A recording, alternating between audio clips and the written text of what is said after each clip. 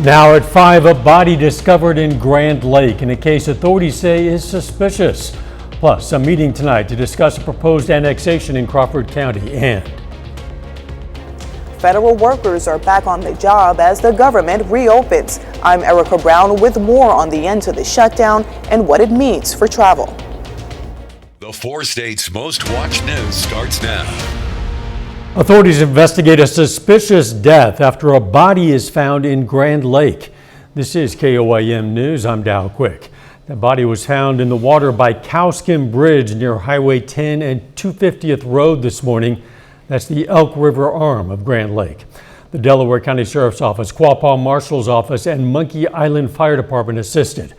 Emergency vehicles were still at the scene late this afternoon. They included someone from the medical examiner's office. Law enforcement boats were on the water and authorities apparently spent hours recovering the body. Our reporter Shannon Becker is there. Look for his updates on our website, KOIMnewsnow.com. Oklahoma Governor Kevin Stitt has spared the life of a death row inmate just before he was scheduled to receive a lethal injection today, commuting the man's sentence to life in prison without parole. Stitt formally granted clemency to 46-year-old Tremaine Wood, who was scheduled to die for the stabbing death of a man during a robbery in 2002. The victim was Ronnie Whip, a 19-year-old migrant farm worker from Montana. It's just the second time the Republican governor has granted clemency during his nearly 7 years in office. Stitt previously rejected clemency recommendations in 4 other cases. A total of 16 men have been executed during Stitt's time in office. Community members have the chance to make their voices heard on a proposed land annexation in Crawford County this evening. That annexation of property into Mulberry includes several plots of land that'll be home of a multi-million-dollar solar project. Owners of that land and Mulberry Council have agreed already to the annexation. Now it's up to the Crawford County Board of Commissioners. The county does have a temporary halt in place on commercial solar and wind projects in the county that expires at the end of the year.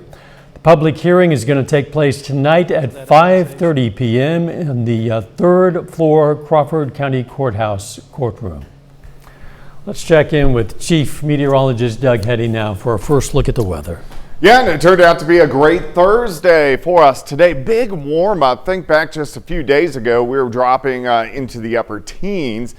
Not today, upper 70s, 4 highs, a few mid and upper level clouds kind of streaming through, but overall it looks pretty good. So if you are going to be out this evening, temperature's nice. We only drop back actually into the mid to upper 50s to kick off your Friday. Let me take you through time. We go into the upper 70s.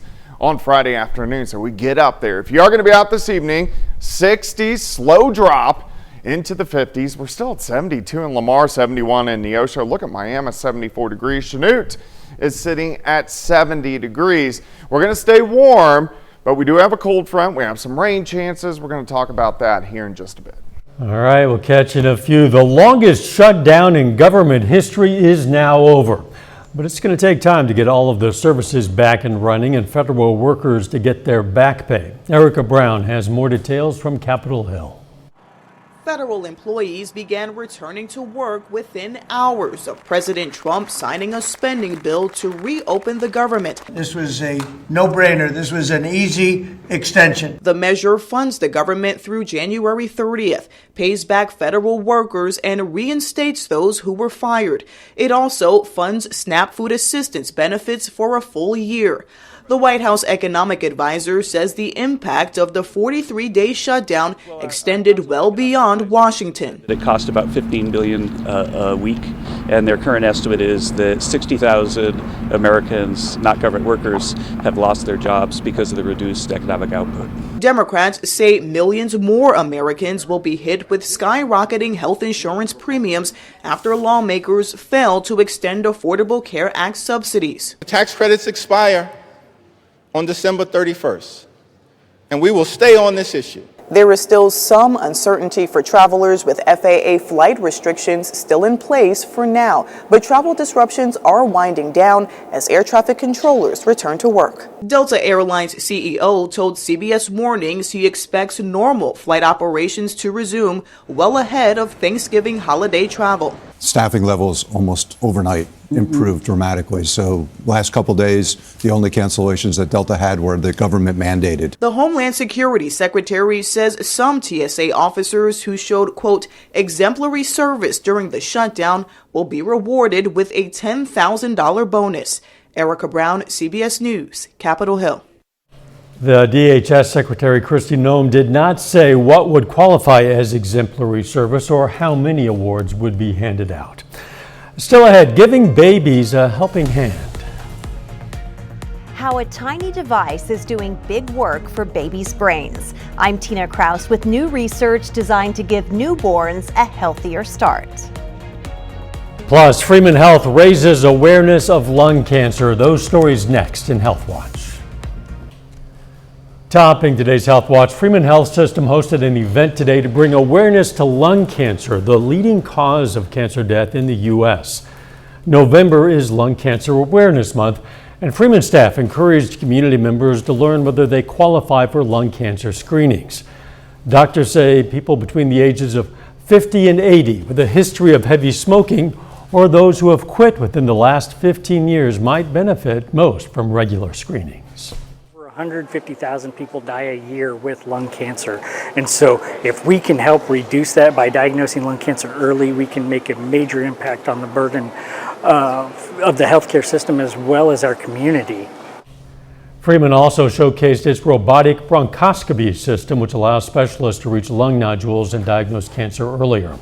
The number of children with high blood pressure has doubled in recent years. A study published in The Lancet shows 6% of all children worldwide, or 114 million young people, have hypertension. Obesity is the main driver of the increase. Doctors say this should raise alarm bells for parents and healthcare providers, as hypertension is linked to several serious health issues, including heart disease and kidney disease. When it comes to giving babies the best start in life, spotting problems early can make all the difference. Researchers in the UK are testing a new device that lets doctors watch newborn brains in real time. Reporter Tina Kraus has that story. Theo may be tiny, but he's playing a big role in research that could change how doctors care for babies' brains. He's a healthy 3-week-old in England whose brain is changing every day. And this cap gives a live look at how it's developing, something that's a challenge with MRI scans. MRI has limitations for two reasons. One is the cost and resource availability of MRI scan slots, but also the practical aspect of, well, you need to take a baby away from the cot site into a noisy scanner and then back. The cap allows for as many tests as needed right in the crib, and researchers say it's the first time light and ultrasound have been used together like this to improve imaging. The light system here measures the brain oxygenation, but it's limited to like the surface of the brain. And so that's why we combine it with the ultrasound that is able to look deeper. Brain injury in newborns is a major reason for lifelong disability, making early detection crucial. Elizabeth O'Mahony raised concerns early about her daughter Florence, but she was not diagnosed with cerebral palsy until she was 3. I asked to see a physiotherapist because I said she's not walking, it's not right, something's wrong.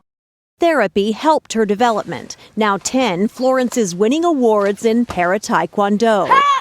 Theo's parents say they're proud their son is part of research already showing promise. Doctors hope the cap will one day monitor babies with known brain injuries and, cost permitting, screen newborns to catch problems early. Tina Kraus, CBS News, London. Researchers say results from the UK trial have been promising, and while there's much more work to do, it's hoped that within 5 years the cap could be available in more hospitals. Nearly 1 in 3 people worldwide experience headache disorders. A study published in The Lancet found almost 3 billion people are affected by headache disorders, and there's been no significant improvement in those numbers over the last 30 years. Women are more than twice as likely as men to suffer from headaches. Migraines and medication overuse were the most common causes. Popular drugs used for weight loss can lower rates of death among colon cancer patients. Researchers from UC San Diego found that colon cancer patients taking GLP-1 drugs, the class of drugs that include Ozempic and Wegovy, were less than half as likely to die within 5 years compared to people who weren't on the drugs. The biggest benefit was among patients with a very high body mass index. And that is a look at today's health news. A little bit later, making the most of your money. TikTok's latest trend isn't about dance moves, it's about dollar moves. I'm Jill Schlesinger with how to join the great lock-in and lock in your financial goals before 2026. Plus, how long is the warm weather going to stick around? We're going to check that out coming up. Well, it turned out to be a great Thursday for us today. We've been slowly warming up each and every day this week. Plenty of sunshine like we have seen all week long. Just a few mid and upper level clouds kind of streaming through. But if you're going to be out this evening, no concerns. Looks fine across the region. The entire Central Plains pretty much on the dry side. Just a few clouds kind of skirting through. Let me walk you through time. Let's go through the evening into the morning hours for you on your Friday. 57 in Stockton, 59 in Bentonville, 57 in Coffeyville, Chanute starting into the upper 50s. So we're actually going to be starting near our average high for this time of the year. Mid 70s by noon. I think most of us 76, 77, 78 degrees. As we go into Friday afternoon, we'll have kind of a stiff southerly wind across the region. Heading into Friday night, few mid and upper level clouds kind of stream through. Here's Saturday morning starting into lower 60s. And then as we get into Saturday afternoon, look at our temperatures. I mean, should be close to record highs, if not breaking records. Mid to upper 70s to lower 80s once you get into northeastern Oklahoma. So breaking down the next 2 days, quite a bit of sunshine, a little breezy, and temperatures rebounding into the upper 70s. Look at the winds. I wouldn't call it windy, but breezy. As we go into Friday, we'll have south winds kind of kicking in 20 upwards to about 25. They stick around Friday night into Saturday, and then look at this wind shift line or cold front pushes through Saturday afternoon. Look at the winds. They switch out of the northwest, and what that means for you is our temperatures will cool down a bit as we go into Sunday. Day planner on your Friday, 60 to start, 73 by noon. Look at that high, 78 degrees. We have playoff football games. I think we have 7 is what Ryan told us, our sports director. 72 at kickoff. I mean, look at that, 65 by the fourth quarter. So very warm for being this deep into football season. Great shot, Cornell Arts and Entertainment Complex looking at downtown Joplin. 60s, eventually mid to upper 50s, but look at this, we're still low to mid 70s, and it's almost dark outside, so it's very warm. We don't really have anything going on. Here's our upper level flow. Look at this. I mean, it's pretty flat. A zonal flow, meaning we don't have any big storm systems heading in our direction. We do have some kind of lining up out toward the west. First off, look at this weak little wave. So this is on Monday, not a big deal. Stronger storm system digs in as we get through next Wednesday, Thursday, and Friday, and this should be a fairly wet system for us. So far in this pattern, we're about 5 weeks into the cycle, we've had 3 wet systems. This will be number 4, and then right behind it, we have another storm system kicking out. So this is the weekend before Thanksgiving, so the pattern will really start to pick up. Next few days, not the case. 78 tomorrow, let's go 79 Saturday, 68. So with that cold front, yeah, it's cooler. It's still 10 degrees above our average high. A few random showers on Monday, better chances for rain next Wednesday and Thursday. Next week, a cooler week than what we've seen all this week. Not a surprise because all this week has been unusually warm. Way up there, yeah. 79 on Saturday. Crazy. Wow, thanks, Doug. Hey, don't forget you can be the first to know about the day's weather with the KOAM Skywatch weather app. You can get severe weather updates sent straight to your phone. It's absolutely free of charge. It's available in the Apple App Store and the Google Play Store. Again, the KOAM Skywatch Weather app. Coming up, tips for getting your finances in order. That's next. Topping today's Consumer Watch, a trend called the Great Lock-In is going viral on TikTok. It aims to refocus your attention on whatever goals you want to achieve by the end of the year, and there's no reason to wait until January to come up with a resolution for your financial wellness. CBS News business analyst Jill Schlesinger explains. With just over 6 weeks to go before the end of the year, this viral TikTok trend looks to refocus your attention on the financial goals you want to achieve before December 31st. Start your lock-in by identifying one goal to accomplish, just one. Consider a tried and true tip that is the basis for all financial planning. Track your spending. That way you can begin 2026 with a better understanding of where your money is going and how much is available to fund future goals, like building an emergency reserve fund or paying down debt. With holiday shopping heating up, another goal might be locking in your gift budget early. And consider using restraint when it comes to gift giving.